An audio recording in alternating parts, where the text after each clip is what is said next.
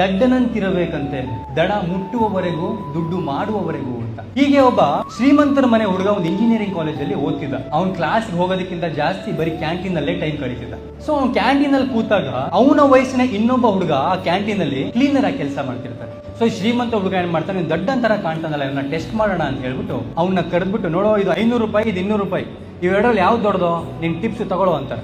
ಆ ಕ್ಲೀನರ್ 200 ರೂಪಾಯಿ ತಗೊಂಡು ಜೇಬಲ್ ಹಾಕೊಂಡು ಹೋಗ್ತಾನೆ. ಇವನಿಗೆ ಅಯ್ಯೋ ಎಂತ ದಡ್ಡನ್ ಮಗ ಇವನು ಅಂತ ಹೇಳಿ ಪ್ರತಿ ಸಲ ಅವ್ನು ಹೋಟ್ಲಿಗೆ ಬಂದಾಗ್ಲೂ ಕೂಡ ಫ್ರೆಂಡ್ಸ್ನೆಲ್ಲ ಕರ್ಕೊಬರೋದು, ಇವನಿಗೆ 500 ರೂಪಾಯಿ 200 ರೂಪಾಯಿ ನೋಟ್ ತೋರಿಸೋದು, ಅವ್ನು 200 ರೂಪಾಯಿ ಇಸ್ಕೊಳ್ಳೋಕ್ಕೂ ನೋಡೋ ಎಂತ ದಡ್ಡ ಅಂತ ಎಲ್ಲರ ಮುಂದೆ ಹೀಗೆ ಆಡ್ಸೋದು. ಹೀಗೆ 2 ವರ್ಷ 3 ವರ್ಷ ಕಂಟಿನ್ಯೂ ಆಯ್ತು. ಇವೆಲ್ಲವನ್ನು ಕೂಡ ಗಮನಿಸ್ತಂತ ಒಬ್ಬ ವ್ಯಕ್ತಿ ಆ ಕ್ಲೀನರ್ನ ಕರೆದು ಹೇಳ್ತಾನಂತ, ಅಲ್ಲ ಕಣ ಇಷ್ಟು ವಯಸ್ಸಾಗಿದೆ, ದೊಡ್ಡನಾಗಿದ್ಯಾ, 500 ರೂಪಾಯಿಗೂ 200 ರೂಪಾಯಿಗೂ ವ್ಯತ್ಯಾಸ ಗೊತ್ತಿಲ್ವಾ ನಿನಗೆ ಅಂತ. ಆಗ ಹುಡುಗ ಸುಂದರವಾಗಿರೋ ಉತ್ತರ ಕೊಡ್ತಾನೆ, ಸರ್ ನನಗೆ 500 ರೂಪಾಯಿಗೂ 200 ರೂಪಾಯಿಗೂ ವ್ಯತ್ಯಾಸ ಏನಂತ ಗೊತ್ತು, ಬಟ್ ಯಾವತ್ತು ನಾನು 500 ರೂಪಾಯಿನ ಇಸ್ಕೊಂಡ್ಬಿಡ್ತೀನೋ ಅವತ್ತು ನಾನು ಬುದ್ಧಿವಂತ ಅನ್ಸ್ಕೊ